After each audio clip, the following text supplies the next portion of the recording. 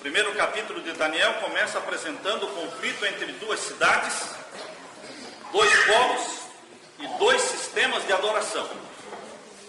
Capítulo 1, verso 1 diz: no primeiro ano do reinado de Jeoaquim, rei de Judá, veio Nabucodonosor, rei de Babilônia, a Jerusalém e a sitiou. Este terceiro ano de Jeoaquim equivale ao ano 605 a.C. Daniel é um personagem bíblico reconhecido e mencionado por Jesus em Mateus capítulo 24, verso 15. Vocês sabem o que diz Mateus capítulo 24, verso 15? Abram a Bíblia em Mateus capítulo 24 e o verso 15 e vejam aí o que Jesus falou de Daniel. Capítulo 24 e o verso 15 de Mateus.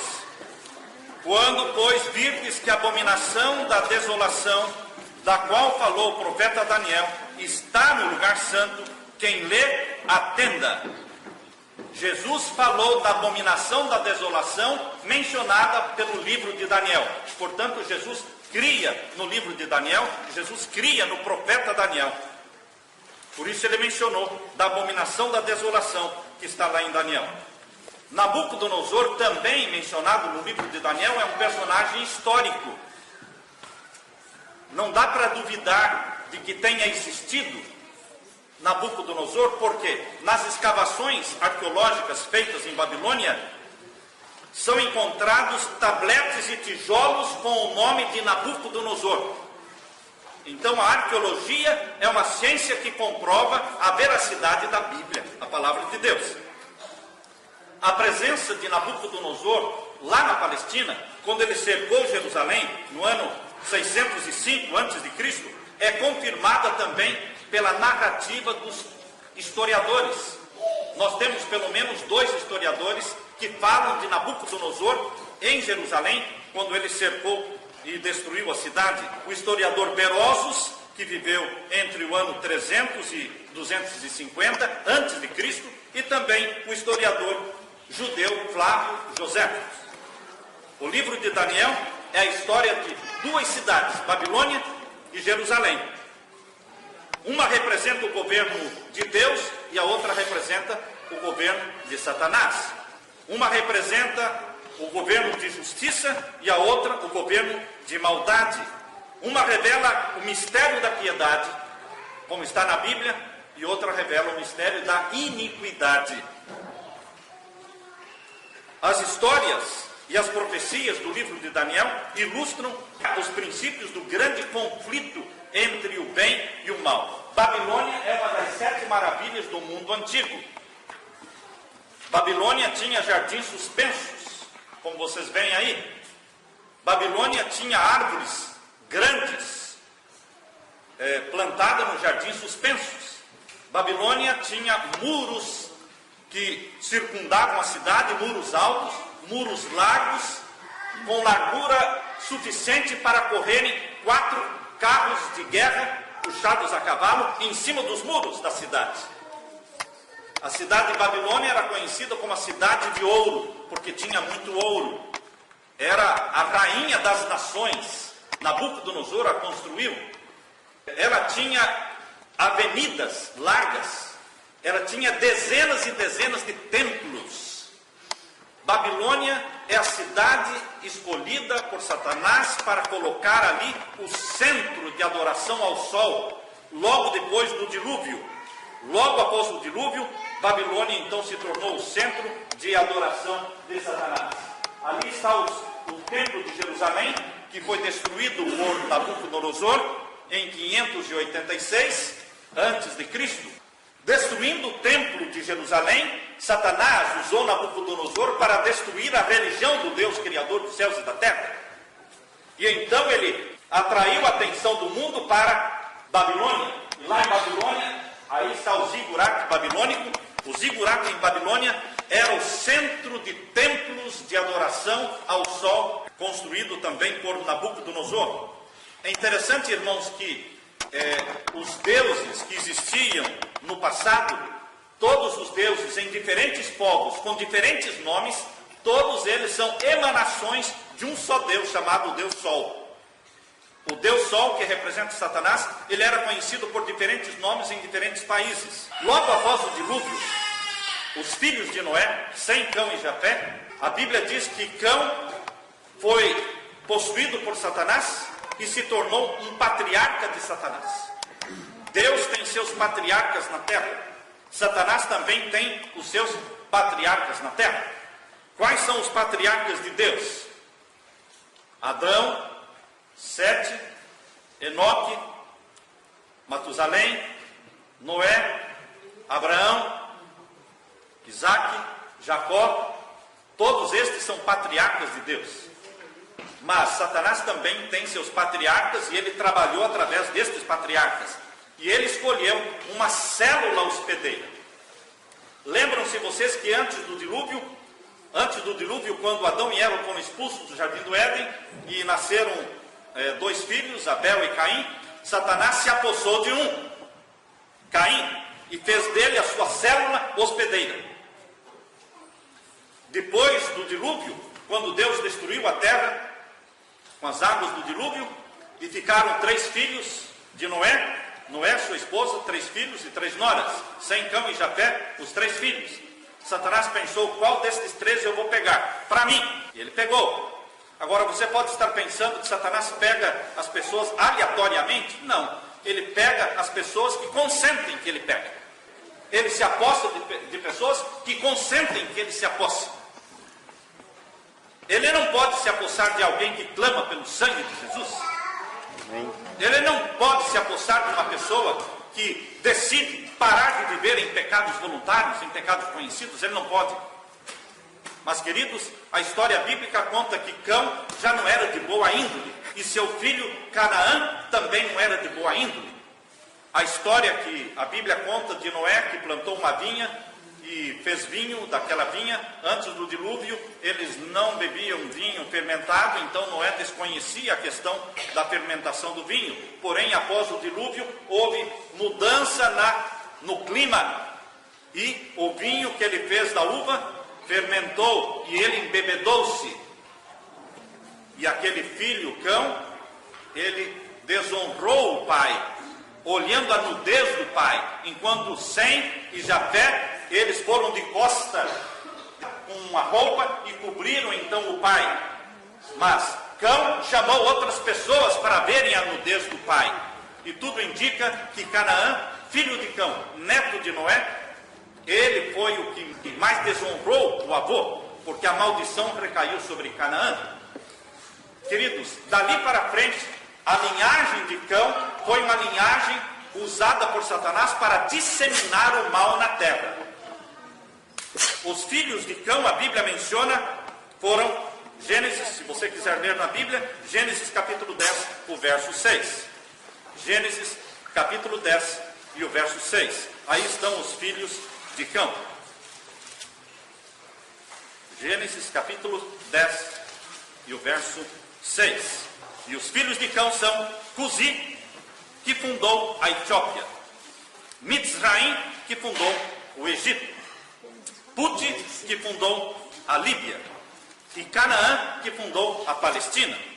Esses foram os filhos de Cão. A Bíblia diz que Cusi teve filhos também. Cusi, filho de Cão, neto de Noé, também teve filhos. Quais foram os filhos de Cusi? Verso 7. E os filhos de Cusi são Seba, e Avilá, e Sabitá, e Raamá, e Sabetecá. E os filhos de Raamá são Seba e Dedã. E agora veja o destaque. A Bíblia dá um destaque a este filho de Cusi, um destaque muito maior do que aos outros. Por quê? Não menciona o nome dele junto com os outros. O verso 8 menciona separadamente um filho de Cusi. Quem é ele? Nimrod, diz o verso 8. E Cusi gerou a Nimrod. Interessante que no verso 7 fala, os filhos de Cusi são estes. Mas não menciona Nimrod. Depois dedica um verso só para Nimrod. Porque Nimrod foi diferente dos outros. Ele foi o maior patriarca de Satanás do Antigo Testamento. Logo após o dilúvio, ele se tornou uma possessão de Satanás. E ele foi usado por Satanás para construir a Torre de Babel, construir a cidade de Babilônia e outras cidades, Nínive e outras cidades. e ele foi o primeiro que tentou reunir o mundo todo debaixo de um só governo. A nova ordem mundial pregada hoje no mundo, a primeira tentativa de nova ordem mundial foi logo após o dilúvio, no tempo de Nimrod, quando ele tentou juntar o mundo todo debaixo de um só governo, construindo a Torre de Babel. Por isso, o capítulo 10, verso 8 diz: e Cuzi gerou a Nimrod. Este começou a ser poderoso na terra, e este foi poderoso caçador diante da face do Senhor. Esse diante da face do Senhor deve ser entendida contra o Senhor, abusando do Senhor, não que ele estava agradando ao Senhor, é outro sentido. E o verso 9 continua pelo que diz: como Nimrod, poderoso caçador diante do Senhor, e o princípio do seu reino foi, verso 10, Babel. Babel, que deu origem à Babilônia, lá no Iraque de hoje, ali foi o início. Ereque, e Acade e Calné, na terra de Sinar. E desta mesma terra saiu para a Síria, estão vendo o verso 11, e edificou a Nínive. Queridos, Nimrod, ele foi o primeiro homem deificado na terra. Depois da sua morte, ele passou a ser adorado como Bel. Em Israel ele era conhecido como Baal. Em Babilônia ele era conhecido como Bel, conhecido também como Marduk. Portanto, queridos, aí está Marduk. Esta é uma imagem tirada, encontrada em Babilônia. É uma imagem de Nimrod, que tinha o nome também de Marduk. Em diferentes países, Nimrod recebe diferentes nomes. Em Babilônia recebe o nome de Bel, de Marduk, mas no Egito ele recebe o nome de Osíris. Esse é Osíris, o deus sol egípcio. Nimrod era filho de Cuzi. Cuzi era filho de Cão, e Cão era filho de Noé. E Nimrod se casou com uma mulher chamada Semíramis. A história conta que Semíramis também era a mãe de Nimrod, esposa de Cuzi, que gerou Nimrod, mas que também se tornou esposa de Nimrod. Portanto, a promiscuidade já começou naquele tempo, na linhagem que Satanás se apossou, agindo através daqueles patriarcas. Queridos, Nimrod e Semíramis tiveram um filho. Foi Nimrod que construiu a Torre de Babel. A propósito, irmãos, se vocês forem entrarem no site e procurarem conhecer ali o edifício do Parlamento Europeu, da Comunidade Europeia, ele foi inspirado nesta fotografia da Torre de Babel. Você pode ver na internet, você entra lá, coloca lá o Parlamento Europeu, da Comunidade Europeia, vai ver que é a mesma foto. Eles construíram um prédio semelhante à Torre de Babel, porque esta foi a primeira tentativa de implantar a nova ordem mundial. E agora, a Comunidade Europeia, votada em 1993, e que está funcionando a todo vapor, é a nova tentativa de implantar a nova ordem mundial. Está ali, existe um link. Layard, esse é um arqueólogo que fez escavações, ele fez escavações em Babilônia, e entre as escavações feitas por Layard em Babilônia, ele encontrou entre o ano de 1854 e 1855, encontrou 25 mil tabletes, 25 mil tabletes de barro, e nesses tabletes existem informações valiosas. Após um cuidadoso estudo feito por este arqueólogo, ele disse que Ninos, que aparece esse nome Ninos em vários tabletes, era o fundador de Nínive. Aliás, Nínive quer dizer casa de Ninos. Este é o significado da palavra Nínive. A Bíblia diz em Gênesis capítulo 10,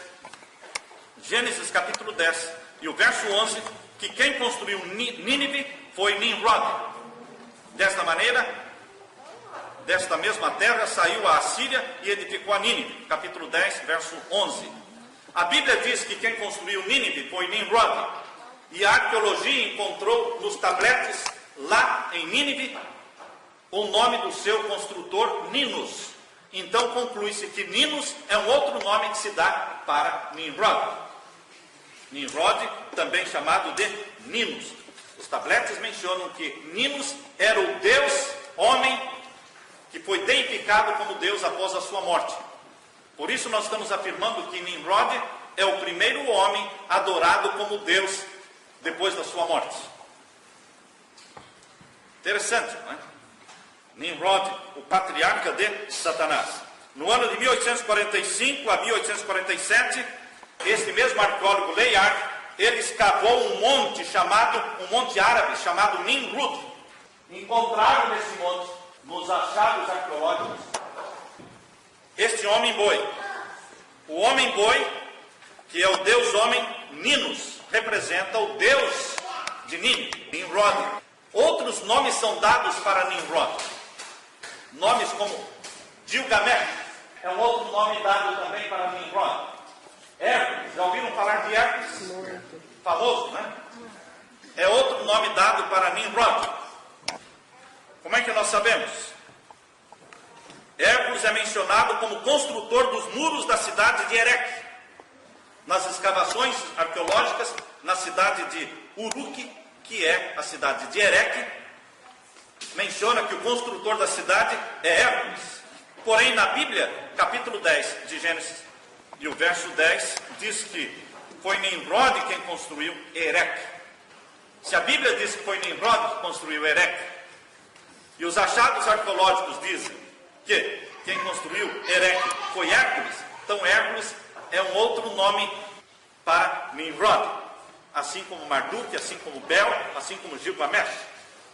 Deus trabalhou através dos seus patriarcas, Satanás trabalha através dos seus patriarcas. Assim é até hoje. Tem os mensageiros de Deus e os mensageiros do mal. Os patriarcas de Satanás promoveram o reino das trevas, promoveram a promiscuidade, promoveram a feitiçaria, a idolatria. Tudo isso começou em Babilônia. A história confirma que a humanidade foi inclinada a adorar alguma coisa. E adoravam o quê? O sol. Na Bíblia, a adoração ao sol é chamada de Baalim. Em Israel é chamado o Deus Sol de Baal. Em 1 Reis, capítulo 16, verso 31, ali fala dos Baalins. Para os sidônios e também para os amonitas, para os israelitas, Nimrod era Baal. A esposa de Nimrod era Semíramis, adorada pelo nome de Astarote. Quando você encontra na Bíblia o nome de Astarote, é o nome israelita para Ishtar. Ishtar era o nome divino de Semíramis. Semíramis era o nome humano. Ishtar, o nome divino depois da sua morte. Porém, em Israel era chamado de Astarote. Na Bíblia existe também o nome de Astarte. Tudo está falando da mesma deusa, a deusa Lua, a deusa Ishtar. Queridos, a Bíblia chama também, para os moabitas, o nome de Nimrod era Quemos. E também Moloque. Já ouviram falar de Moloque? Moloque era o deus a quem sacrificavam crianças. Crianças eram queimadas no fogo, no altar de Moloque. Salomão, nos tempos da sua apostasia, ele queimou crianças a Moloque. Salomão, ele por um tempo foi também patriarca de Satanás, durante a sua apostasia. Por isso que, na maçonaria, Salomão está entre os patriarcas da maçonaria. Nimrod é patriarca da maçonaria. Salomão é patriarca da maçonaria. Por quê? Salomão, ele se afastou de Deus e ele sacrificou crianças, queimou crianças, ele praticou muita promiscuidade. Então Satanás tomou a liberdade de usá-lo também como seu patriarca. Se bem que pela graça de Deus, Salomão se arrependeu no final da sua vida. Mas a má influência de Salomão permanece até hoje. Há pessoas cujo principal personagem da Bíblia, quando alguém pergunta qual é o seu personagem preferido, há pessoas que pensam em Salomão. E quando eu perguntei para um advogado por que o personagem preferido dele era Salomão. Ele disse porque Salomão teve 700 mulheres, 300 concubinas. Então ele é o meu personagem preferido. Salomão realmente deixou uma herança muito perversa.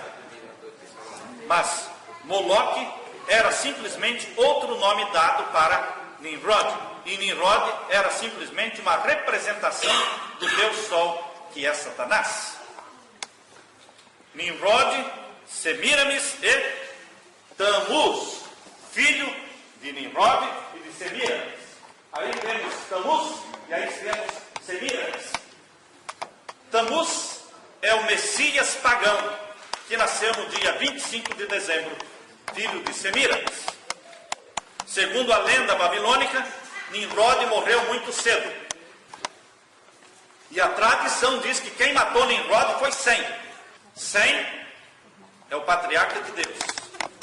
Sem foi um homem usado por Deus para preservar a pureza do Evangelho, da salvação, do Deus Criador dos céus e da terra. E a tradição diz que quem matou Nimrod foi Sem. É fácil imaginar o porquê. Por causa da perversidade de Nimrod. Nimrod morreu muito cedo. E a lenda babilônica diz que Semiramis teve como filho a Tamuz. Depois da morte de Nimrod, eles dizem que um raio solar penetrou no seu útero e então gerou ali o filho Tamuz, chamado Menino Deus, o filho do sol, o Messias pagão, nascido no dia 25 de dezembro.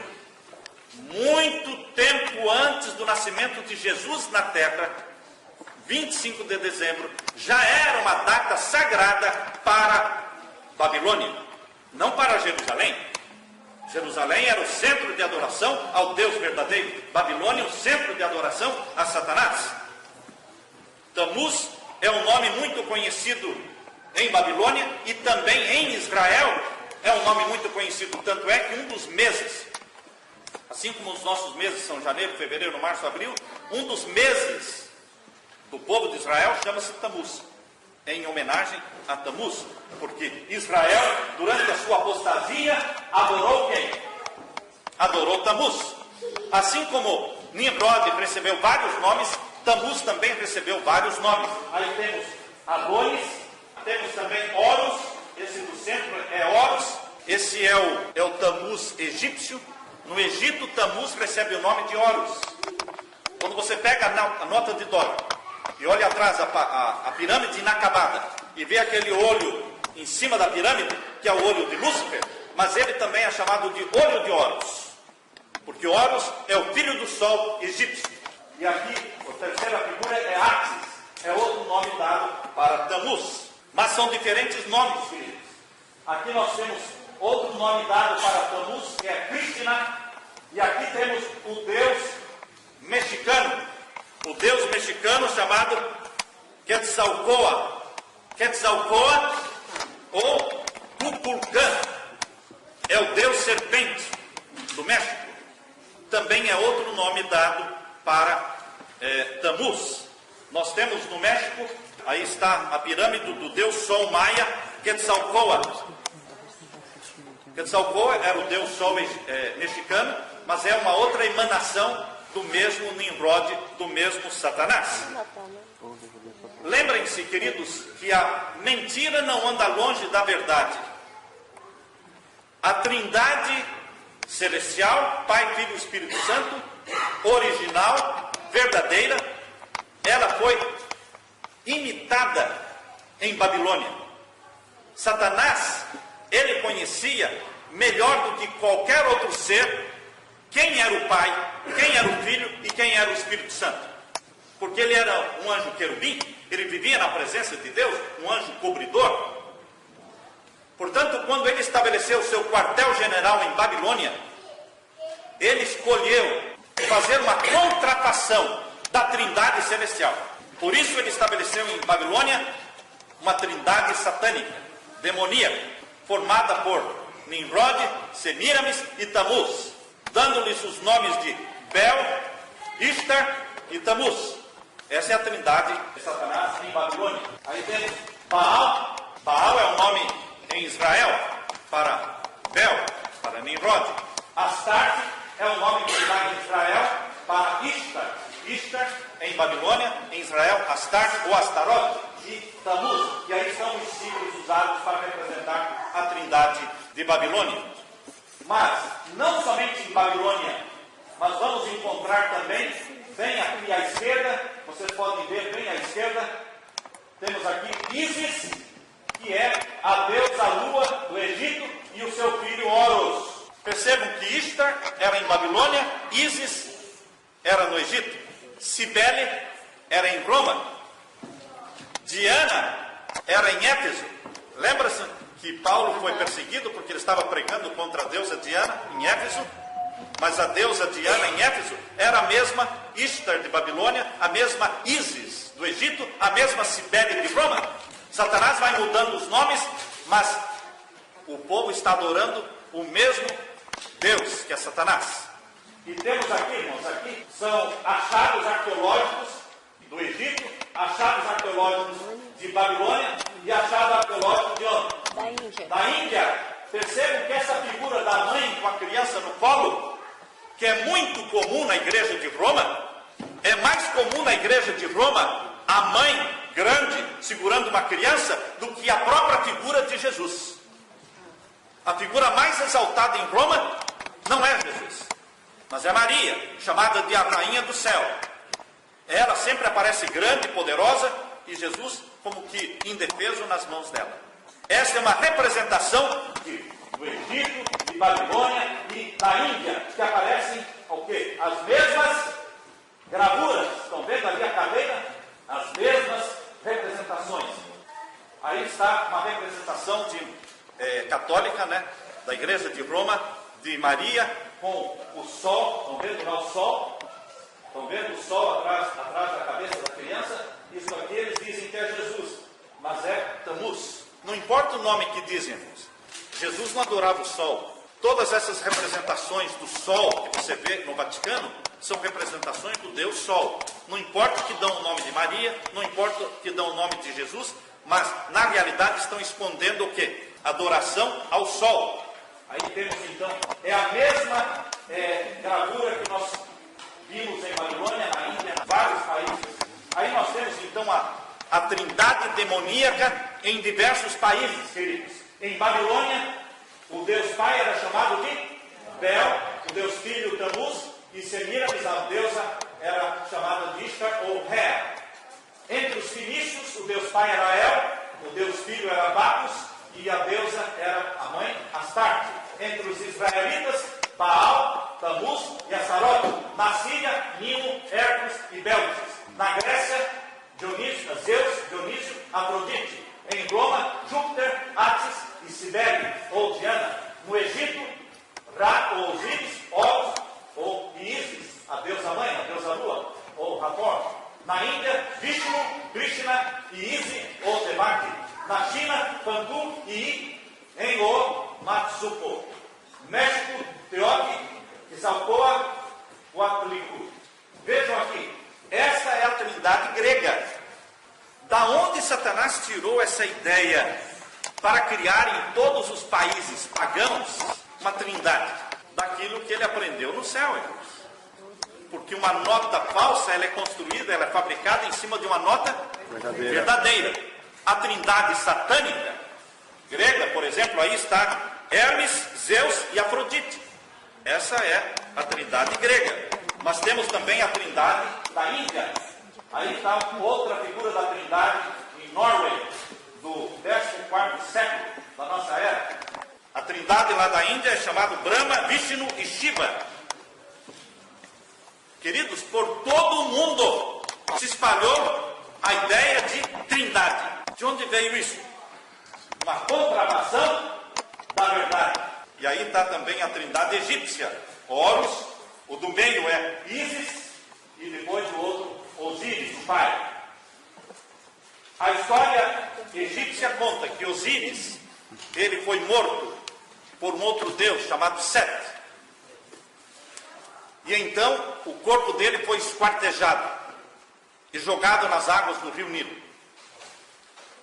Ísis, essa é a lenda egípcia, Ísis recolheu os restos do corpo de Osíris, mas não encontrou o órgão sexual de Osíris. E então ela construiu, em homenagem ao órgão sexual de Osíris, um obelisco pequeno. E o Egito começou então a construir, de lá para cá, obeliscos pequenos e grandes. E os obeliscos se espalharam pelo mundo todo como um monumento em homenagem ao falo, ao órgão sexual de Osíris. Este é um símbolo sagrado na maçonaria, este é um símbolo sagrado na Igreja Católica. Tem um grande obelisco na frente da Basílica de São Pedro. Este é um símbolo sagrado para o governo dos Estados Unidos. Existe um grande obelisco na frente do Capitólio americano, e o obelisco está espalhado no mundo todo. Aqui em Boston tem grandes obeliscos aqui. Quando você enxerga um obelisco, lembre-se de Osíris. É realmente adoração ao Deus Sol, pai de Horus, esposo de Ísis. Aí é outra representação da Trindade lá na Síria. Aqui, na Síria, a Trindade é a Síria, e outra Trindade, esta Trindade aí mencionada, é da Sibéria.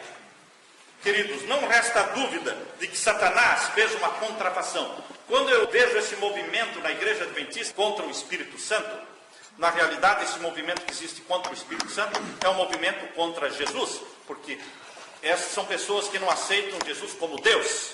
Eles não aceitam a Trindade, Pai, Filho e Espírito Santo, como Deus, seres eternos, existentes por si mesmos, incriados. Mas a maior prova de que a Trindade Celestial existe é que existe a Trindade satânica. A nota falsa é construída com base na nota verdadeira. Por que Satanás espalharia pelo mundo todo a Trindade dele, se não existisse o quê? A Trindade verdadeira. Agora, com uma diferença, irmãos. Qual a diferença entre a Trindade de Satanás e a Trindade divina? Na Trindade divina, o Pai é o Pai, não é o Filho. Certo? Uhum. Sim ou não? Sim. O Filho é o Filho, não é o Pai. Yeah. São seres distintos. E o Espírito Santo é o Espírito Santo, não é o Filho e não é o Pai. São três seres divinos, formando uma divindade. Agora, na Trindade satânica, o Osíris, a Ísis, ou o Horus, eles são a adoração de um ser só, que é Satanás. São só nomes diferentes, mas na realidade está se adorando um ser só, que se chama Satanás, o dragão, antiga serpente. Essa é a diferença. Essa é uma representação de Ishtar. Ishtar é a deusa babilônica, e esse portão, ele estava no centro de Babilônia, e ele foi reconstruído no Museu de Berlim. Essa foto foi tirada lá do Museu de Berlim. Eles reconstruíram esse portão em homenagem e como um símbolo da deusa Ishtar, adorada em Babilônia. Aí é Tamuz. Este é um alabastro de Ashur, foi achado, e a data de 1500 a.C. está também no Museu de Berlim, de Tamuz. Qual é a origem da cruz? Jesus foi pregado na cruz, entre dois ladrões. Por que Jesus foi pregado na cruz? Porque a cruz era um símbolo de homenagem e sacrifício ao Deus romano. A cruz era onde eles pregavam, porque vocês sabem que quando eles venciam um país, eles sacrificavam as pessoas, e sacrificavam em homenagem a quem? Ao Deus deles, que lhes deu a vitória.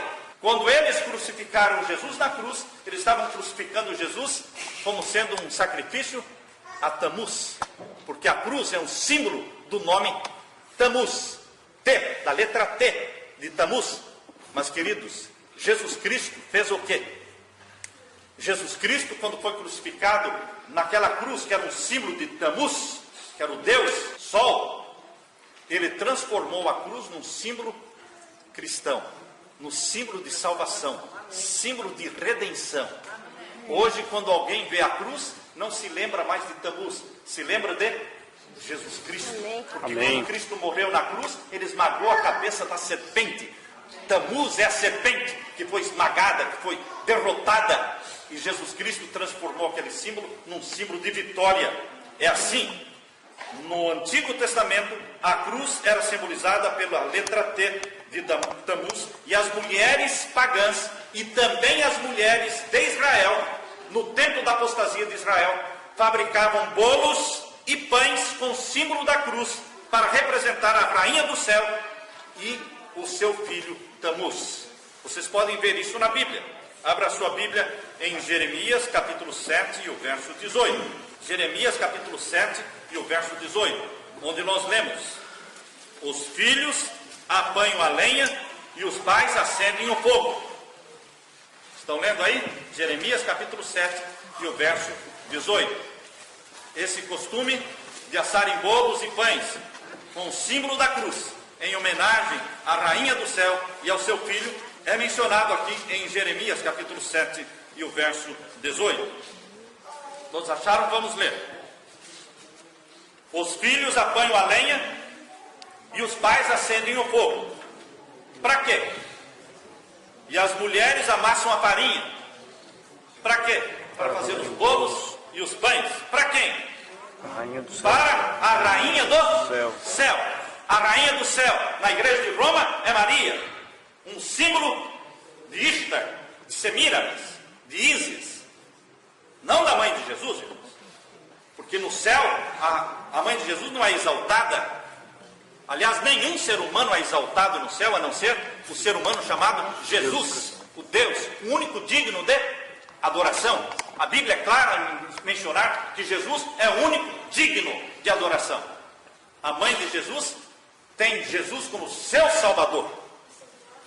A mãe de Jesus precisa de Jesus para se salvar. Por isso, no cântico de Maria, ela disse: a minha alma engrandece ao Senhor, e o meu espírito se alegra em Deus, o meu Salvador. Esse foi o cântico de Maria. Meu espírito se alegra em Deus, o meu Salvador. Todos os seres humanos que viveram na terra precisam de um Salvador. Maria também. Ela foi salva pelo seu próprio Filho, que foi gerado pelo Espírito Santo no seu ventre. Que privilégio teve Maria. Mas ela não é intercessora nossa. Ela não é mãe de Deus. Ela é mãe da natureza humana do Filho de Deus. Mãe da natureza humana de Jesus. Não é mãe de Deus. Porque existe essa analogia de que Maria é mãe de Deus. Mas, queridos, aqui estamos lendo o capítulo 7 de Jeremias, verso 18. Para fazerem bolos à rainha dos céus e oferecerem libações a outros deuses, para me provocarem o quê? A ira. Deus falando: me provocam a ira, fazendo bolos e assando bolos para a rainha do céu e para o filho dela. Em Jeremias capítulo 19, verso 5 também fala. Jeremias capítulo 19, verso 5. Por que edificaram os altos a Baal? Quem é Baal? É Bel. Quem é Bel? É Nimrod. Quem é Nimrod? Uma representação de Satanás. Por que edificaram altos a Baal? Para queimarem seus filhos. Diante de que Deus, eles queimavam os filhos? Baal, mas com o nome de Moloque. Para queimarem seus filhos em holocaustos a Baal. O que nunca lhes ordenei, nem falei, nem subiu ao meu coração. Jeremias 19, verso 5. O profeta Ezequiel, abra sua Bíblia agora em Ezequiel capítulo 8. Ezequiel capítulo 8. O profeta Ezequiel menciona que durante a apostasia do povo de Deus, eles começaram a adorar diretamente Tammuz, dentro do templo de Deus. Isso era uma abominação para Deus. Ver o seu povo adorando Tammuz, o Deus Sol, dentro do templo que foi construído para a adoração do Criador dos céus e da terra. Por isso, em Ezequiel capítulo 8, versos 14, vamos ler Ezequiel capítulo 8, verso 14. Vamos ler a partir do verso 13. Verso 13, vamos começar. E disse-me: tornarás a ver ainda maiores abominações do que as que estes fazem. E levou-me então à entrada da porta da casa do Senhor, que está da banda do norte. E eis que estavam ali mulheres assentadas, chorando por Tammuz. Existiam 40 dias de choro por Tammuz. Vocês já ouviram falar da festa chamada Quaresma? Quaresma são 40 dias de choro. Onde surgiu? Babilônia. Quaresma é uma festa que vem de onde? Babilônia. Tammuz morreu com 40 anos. Um dia para cada ano. 40 dias de choro por Tamuz. E todos os anos era a mesma choradeira. Por isso a Bíblia diz, eu abomino, veja, capítulo 8 de Ezequiel, verso 13, vamos ler de novo, tornarás a ver ainda coisas maiores, abominações do que as que estes fazem. E levou-me à entrada da porta da casa do Senhor, verso 14, que está da banda do norte, e eis que as mulheres ali assentadas estavam chorando por Tamuz. Isso não é gente pagã, não, irmãos, é o povo de Deus, é o povo de Deus, chorando por Tamuz. Queridos, o verso 16 diz assim, e levou-me para o átrio interior da casa do Senhor, e eis que estavam à entrada do templo do Senhor, não eram só as mulheres, os maridos também estavam aqui, olha os maridos, entre o pórtico e o altar, cerca de 25 homens, de costas para o templo. O templo estava construído no sentido leste-oeste. Leste é o nascer do sol, oeste é o pôr do sol. O templo era construído não norte-sul, o templo era construído no sentido leste-oeste. Para entrar no templo para adorar a Deus, tinha que dar costas para onde? Para o leste, que é o nascer do sol. Tinha, obrigatoriamente, não podia adorar a Deus sem dar costas para o sol, porque o sol representava quem? Satanás. O Vaticano é uma religião construída e fundamentada em cima do sol. Tudo no Vaticano é sol. Vocês pegam atrás vocês entrem na internet, entrem no site do Vaticano, então vocês vão encontrar o trono papal, um sol por trás. A hóstia, símbolo de um sol. Tudo é sol. Tudo é sol. Porque isso veio de onde? De Babilônia. E na frente da Basílica de São Pedro, o obelisco, um símbolo do Deus Sol. O dia sagrado do Vaticano, Sunday, dia do Sol. Tudo é o Sol. Tudo isso é vinho de Babilônia, meus queridos. E aqui, homens de Deus, mulheres de Deus, adorando o Sol. Lembrem-se, Tamuz nasceu no dia 25 de dezembro.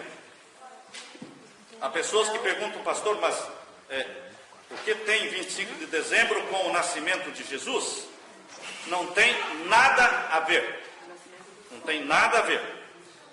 Aliás, queridos, todas as festas que existem em Roma são festas importadas de Babilônia. Por exemplo, a Páscoa. Assim como os judeus na Páscoa comiam a carne do cordeiro. Em Babilônia, o sacerdote comia também a carne dos sacrifícios. Só que os sacrifícios que eram feitos em Babilônia não eram de cordeiro, era de crianças. Então o sacerdote babilônico era chamado de Canabal. Cana é a palavra sacerdote. Baal, sacerdote de Baal. O sacerdote de Baal devia comer a carne dos sacrifícios humanos. Geralmente os sacrifícios a Baal eram crianças. Canabal é a origem da palavra portuguesa canibal. Alguém que come carne humana. Quando você usa a palavra canibal, lembre-se que você está usando a palavra Canabal, que é o sacerdote de Baal que comia a carne das crianças. Quando eles faziam isso? Na data da Páscoa. A data em que a Páscoa é comemorada hoje no mundo, irmãos, é o primeiro domingo, depois da lua nova, depois do equinócio. Confuso, né? É confuso. Porque existem dois equinócios. Dois equinócios. O equinócio da primavera, que é 20 a 23 de março. Entre 20 a 23 de março é o equinócio da primavera. Quem quiser saber o que é equinócio é igualdade. Equinócio é o dia em que a noite e o dia são exatamente iguais. Podem ver que agora nós estamos no mês de outubro. A noite é maior do que o dia, certo?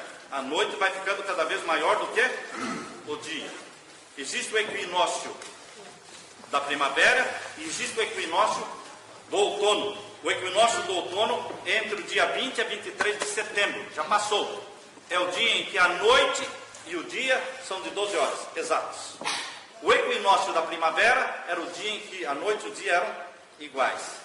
Qual era o dia da festa em que os sacerdotes comiam a carne humana? O carnaval. No dia da Páscoa Babilônica. A Páscoa Babilônica acontecia no primeiro domingo, depois da lua nova, depois do equinócio. O equinócio era entre 20 a 23 de março. Então, por isso que a Páscoa comemorada no mundo hoje sempre acontece depois do quê? A quaresma. Depois da quaresma e depois no dia 20 de março. Às vezes dá em abril, às vezes dá em março, tá certo? Mas nunca antes do 20 de março. Porque tem que ser depois do equinócio. Essa data que se comemora a Páscoa hoje no mundo é a data de adoração a Ishtar. Adoração à deusa babilônica. Não tem nada a ver com a Páscoa bíblica, que acontecia no dia 14 de Nisan.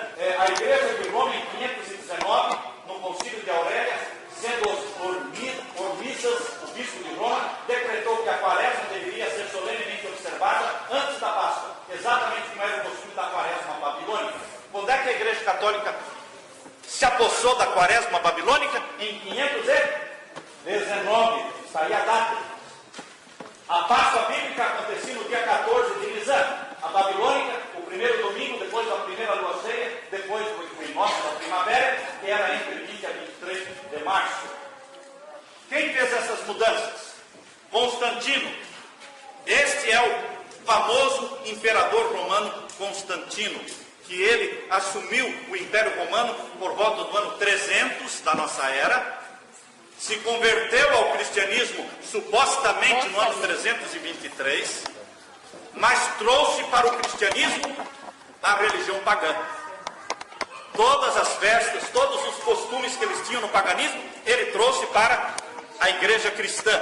E a igreja de Roma aceitou, porque a igreja de Roma era mais forte no quarto século, quando Constantino era imperador de Roma.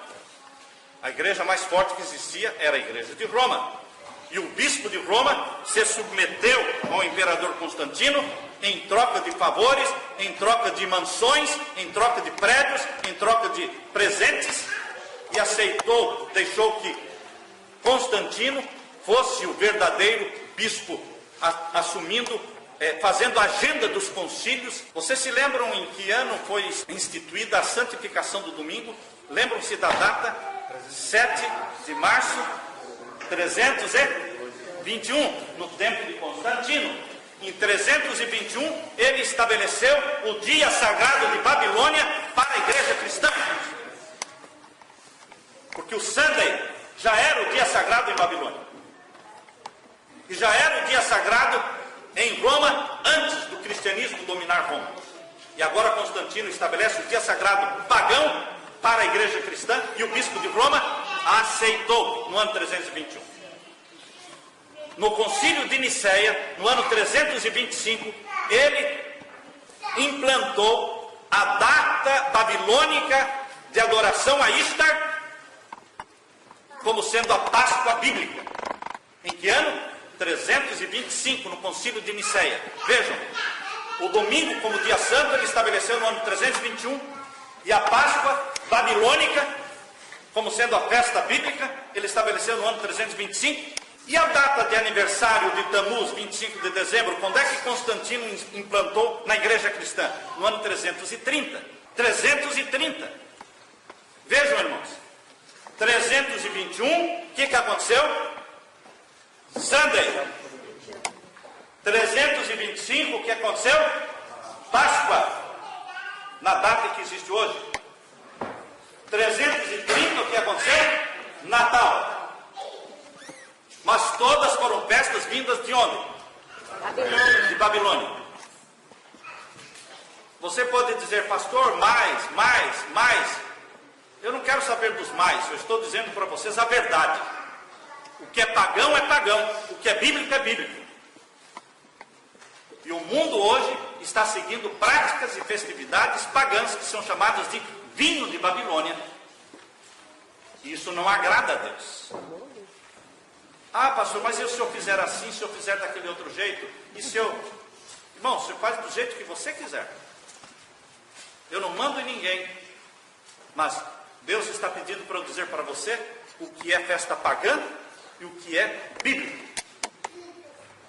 Aliás, queridos, não foi só o Sunday, não foi só a Páscoa e também não foi só o Natal. Vocês se lembram, vocês que vieram da igreja de Roma, vocês se lembram qual era o dia comemorado ali como sendo a festa da Anunciação? A festa da Anunciação era 25 de março.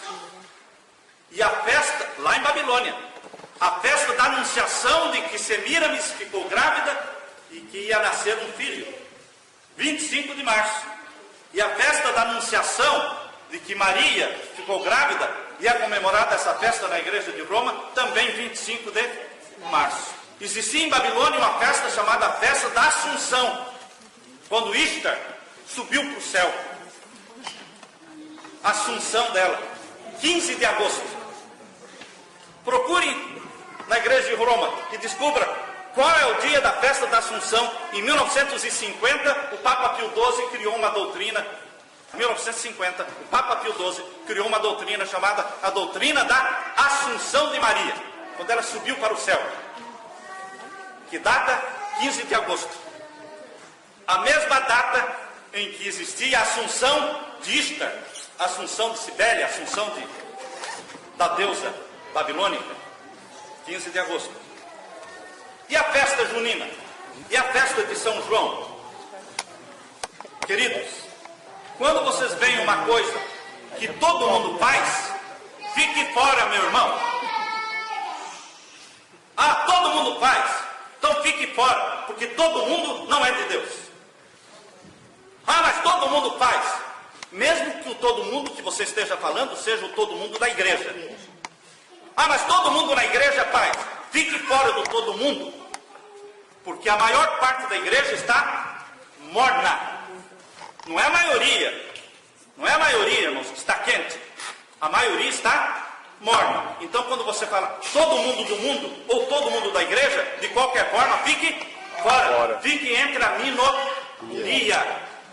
Se todo mundo faz, é porque não é de Deus.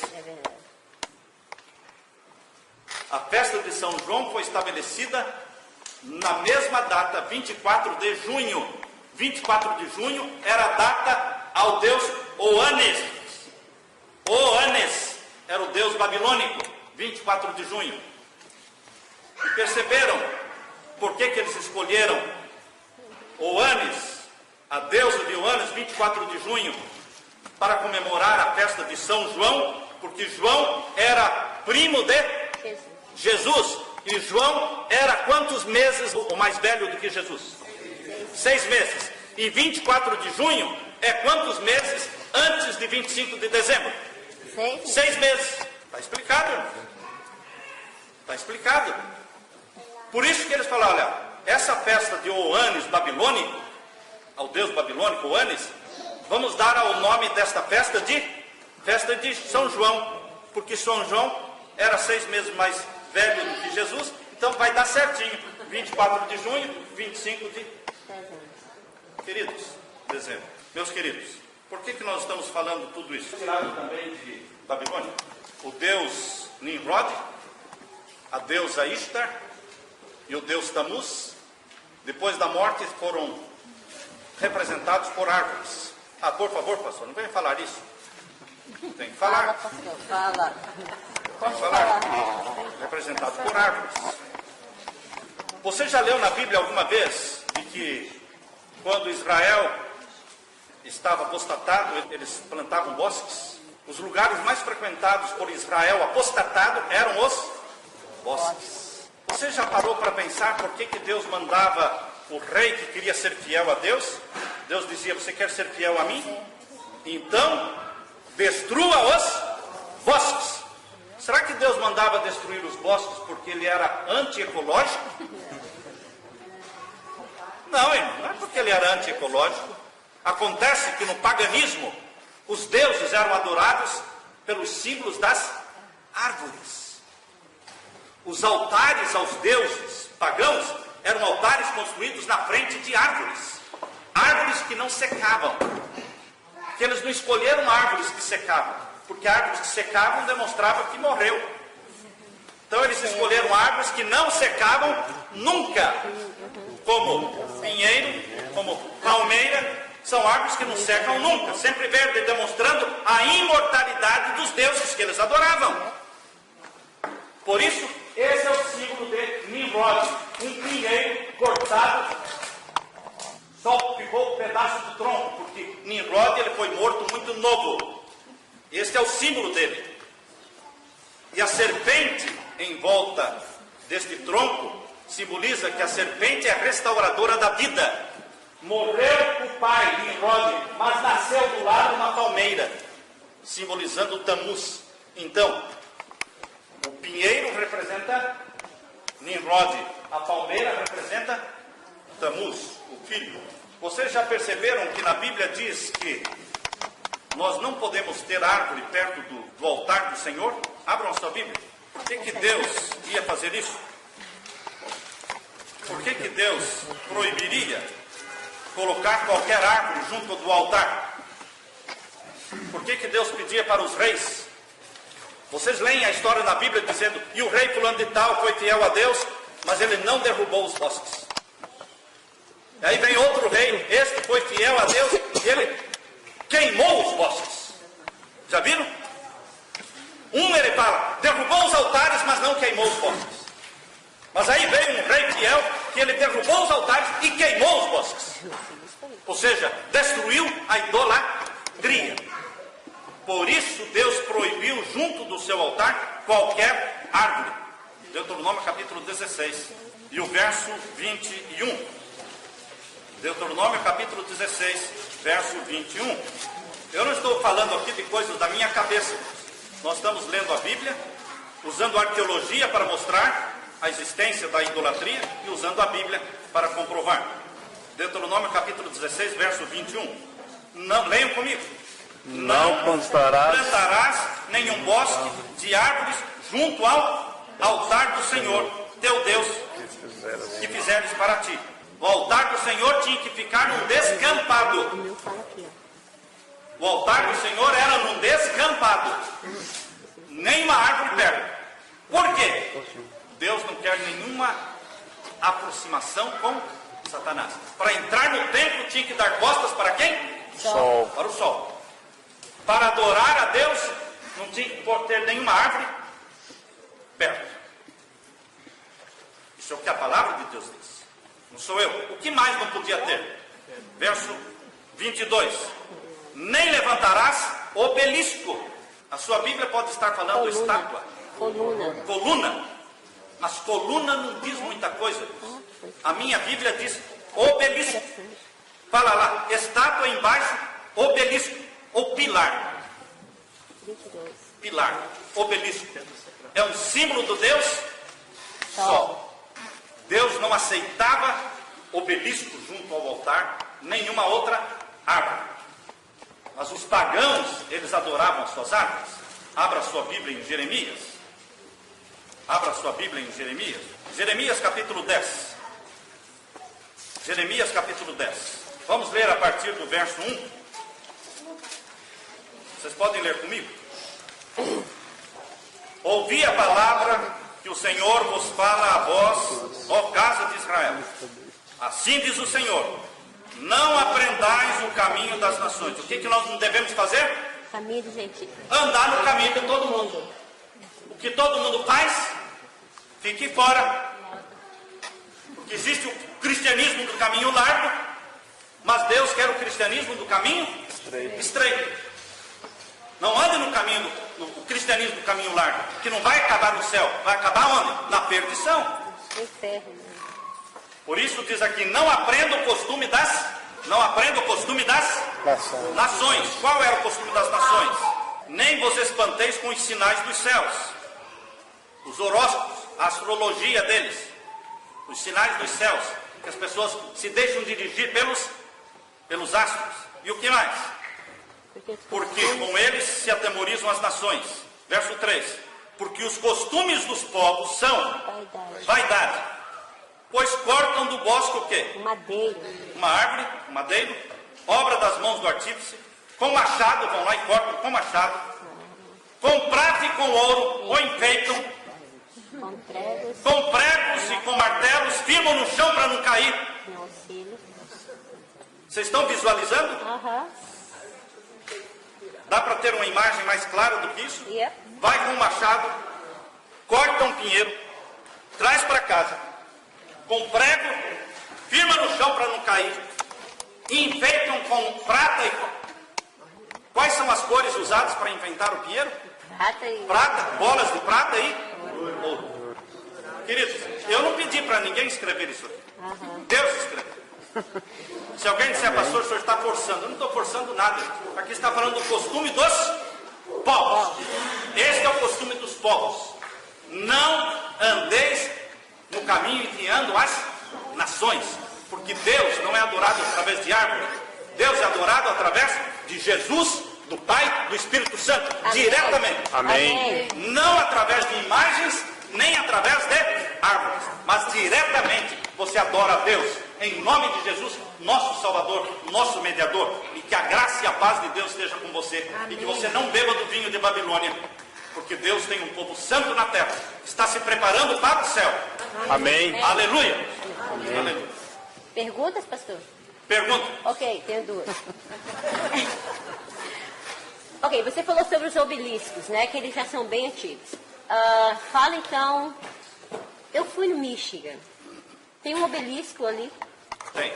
Ok, então tell me about it. E a outra pergunta eu faço depois. Várias pessoas já fizeram a mesma pergunta. E eu também já fiz essa pergunta para a conferência geral. Ok. Eu tenho lá 3, 4 e-mails que eu troquei e-mails com uma pessoa da conferência geral, porque as pessoas me colocaram na parede e eu escrevi para eles. Estou sendo questionado sobre o obelisco que tem no túmulo da irmã White. Em cima do túmulo da irmã White tem um obelisco. E esse é um símbolo maçônico de Osíris.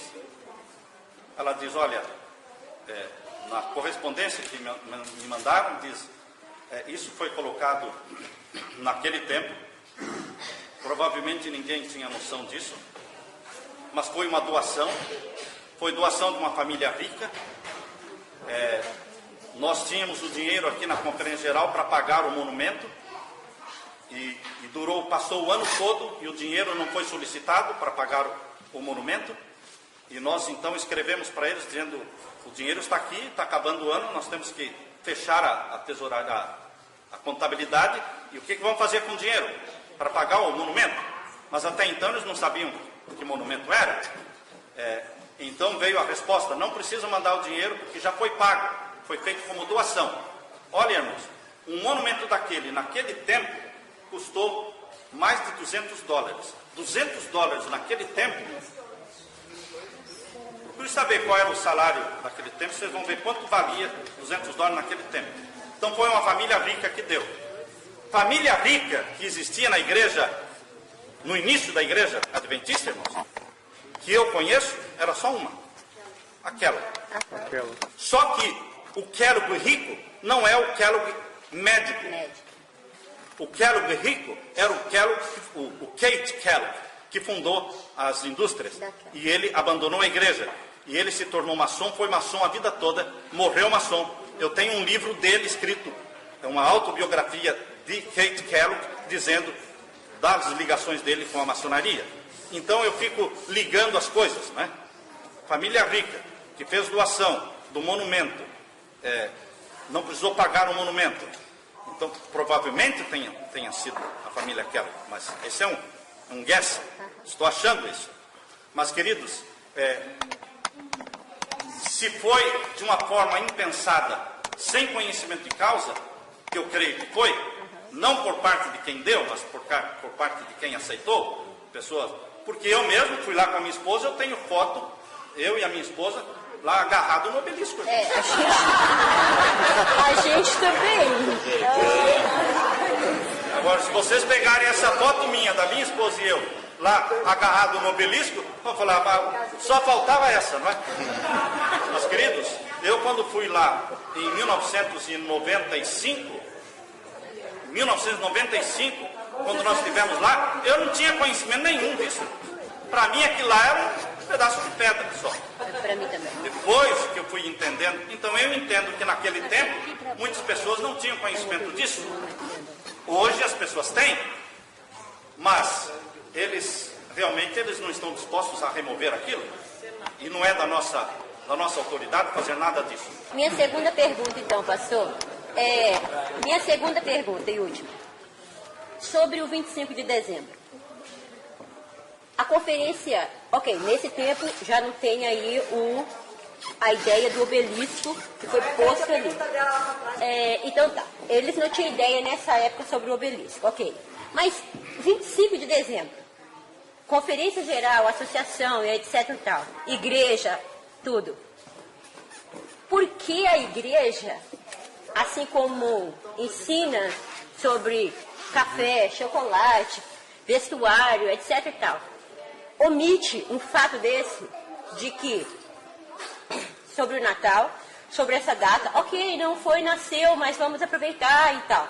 Você falou sobre beber, que o mundo bebe do vinho. Não é o mundo que bebe, nós bebemos do vinho, na verdade. Então, por que a igreja adventista, associação, conferência, omite esse fato? Porque assim, eu vim da igreja que não é adventista, mas na igreja que eu frequentava, a gente não guardava o Natal. Mas como você falou que a gente segue a maioria, eu segui dentro da igreja adventista, infelizmente a maioria. Por que a igreja, como igreja, associação, conferência, não toma posição sobre esse assunto e deixa árvore de Natal no púlpito? Eu nunca fui favorável. Mas eu sempre segui a maioria. Vou fazer o quê, né? Ellen White, ela disse, bota ali para poder colocar beneficência, etc. Não existe meio termo. Existe ou não é a contrafação da...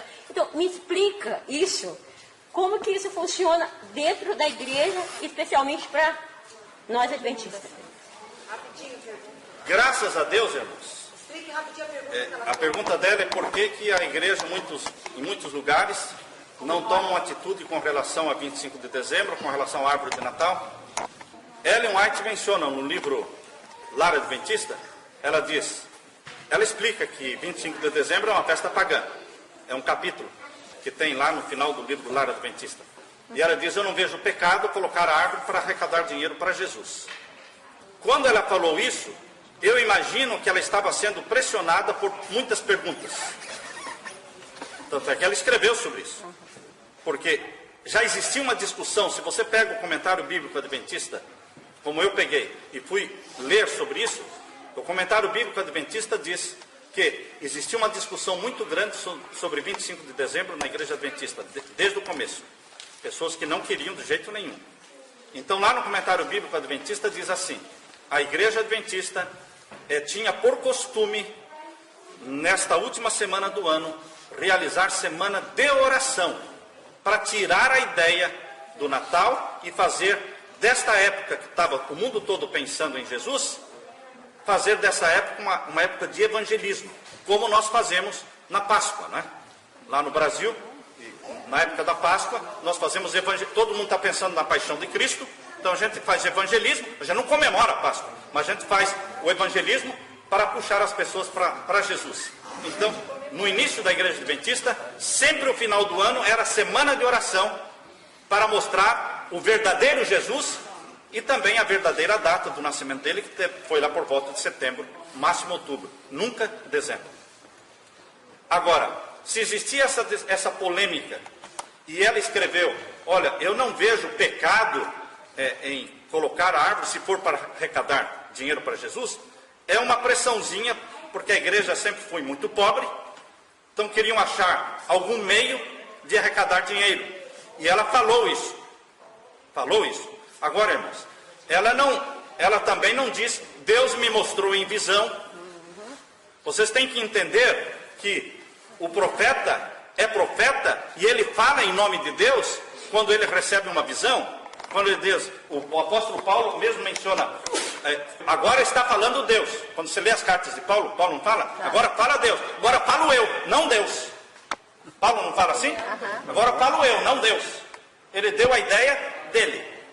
Isso não aconteceu só com Paulo, aconteceu com todos os profetas. Então, eu imagino que ela deu a opinião dela. Eu não vejo pecado. Embora na casa dela ela nunca tenha colocado. Mas ela disse, eu não vejo pecado se for para arrecadar dinheiro para Jesus. Olha, queridos irmãos, eu também não vou condenar ninguém que fizer, mas eu não faço, porque eu posso arrecadar dinheiro de outra forma. Eu posso colocar uma manjedoura. A manjedoura é bíblica? A manjedoura é bíblica. Então, coloca um coxinho lá com os animais. Quem quiser oferta para Jesus, coloca dentro da manjedoura. Isso é bíblico, irmãos. Agora, a árvore é bíblica? Não. Então, irmãos, por que não usarmos um símbolo bíblico, se é para arrecadar dinheiro para Jesus? Agora, eu vou condenar quem está usando a árvore? Não vou condenar, irmãos. Meu trabalho não é condenar. Meu trabalho é mostrar o que a Bíblia diz sobre a árvore. E cada um toma a decisão para si. Eu quando vou na casa de um parente meu, família minha, e eles estão lá com uma tremenda árvore, toda enfeitada, eu não falo nada, irmãos. Eu não vou lá jogar areia na festa deles? Não. Eu fico quieto. Agora, se eles me perguntarem, aí eu leio para eles. Mas se eles não falarem nada, falo nada. Então, queridos,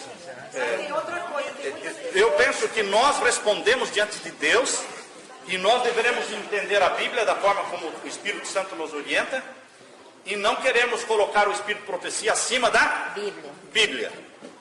Por quê? Porque esta frasezinha, eu não vejo pecado em se a árvore for para arrecadar dinheiro para Jesus. Essa frasezinha, nós não sabemos sob que pressão ela falou isso, em que circunstâncias ela falou, mas eu prefiro arrecadar dinheiro de outra forma.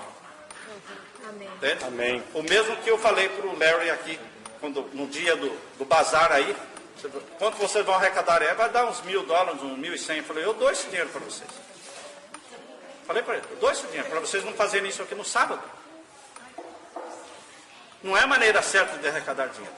Nossa igreja adventista não fazemos isso para arrecadar dinheiro e temos dinheiro. Amém. Temos dinheiro. Porque fazemos da forma certa. Agora, irmãos, vamos arrecadar dinheiro da forma certa. Então, eu penso que, sem condenar ninguém, sem criticar ninguém, mas nós deveremos pensar em não sermos meros refletores do pensamento de outras pessoas. Porque os outros fazem, eu faço? Não. Os outros fazem, mas eu não faço porque o Espírito Santo me convenceu diferente. Amém. Mas não vou condenar, não vou criticar ninguém, porque esse não é o nosso trabalho. A data, 25 de dezembro, não tem nada a ver. Não tem nada a ver. Ela já era sagrada desde Babilônia. Aniversário do Sol. Aniversário do Sol. Nunca tivemos árvore de Natal porque não tinha dinheiro. Vontade tinha de ter.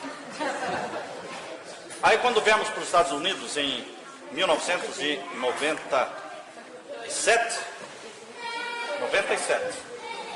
aí aqui a árvore é barata. Aí compramos uma tremenda árvore. Paguei $70. $70. Né? Bonitona, assim, aquele negócio, 97. Entende? E estava tudo lindo, né? Até o dia que eu li, e a Leila falou, Samuel, a festa que eu tinha maior alegria, eu falei, sorry, querida. A minha consciência não permite. Irmãos, quando eu leio uma coisa, eu não durmo. Eu não durmo se eu não praticar. A minha consciência não permite. Então, eu também jogou fora. Nem dá para os outros, não, vamos jogar fora.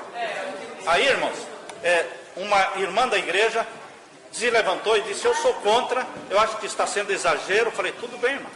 Faça o que você quiser na sua casa. Agora, na casa de Deus, não é você que manda, e nem eu, é a comissão.